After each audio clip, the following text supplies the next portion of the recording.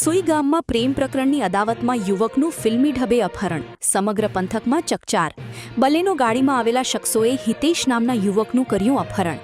વાવના એટા ચોકડી પાસે ફિલ્મી ઢબે એક્ટિવા રોકી યુવકને ઉઠાવી ગયા. પુત્રના અપહરણ બાદ ઇન્સ્ટાગ્રામ પર વિડીયો વાયરલ થતા પરિવારમાં પડી ફાળ. સુઈગામ પોલીસ મથકે 3 શખ્સો સામે ગુનો નોંધાયો. અમે ઘરેથી બાપા જવા નીકળ્યા હતા.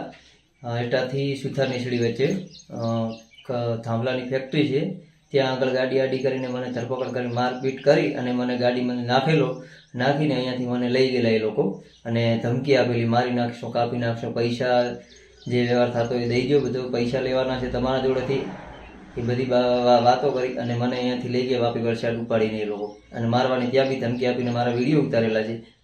એકદમ નગ્નગરને વિડીયો ઉતારેલા છે અને એ વિડીયો વાયરલ કરવાની બી ધમકી આપેલી છે. એ લોકોએ એમ બી કીધેલું છે કે એ ભાઈને તો કોઈને કીધું તો આ તારો વિડીયો વાયરલ કરીને તારી આબરૂ કાઢશું અને પોલીસને જે કરવો એ કરી લે, અમને કોઈની બીક આવતી નથી.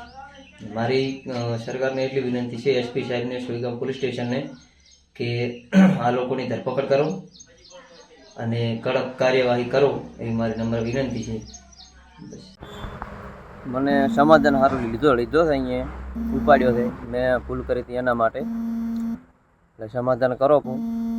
જે હોય તમારે છોકરી ઉપાડી હતી, છોકરી ઉપાડી હતી એટલે મને ઉપાડ્યો છે.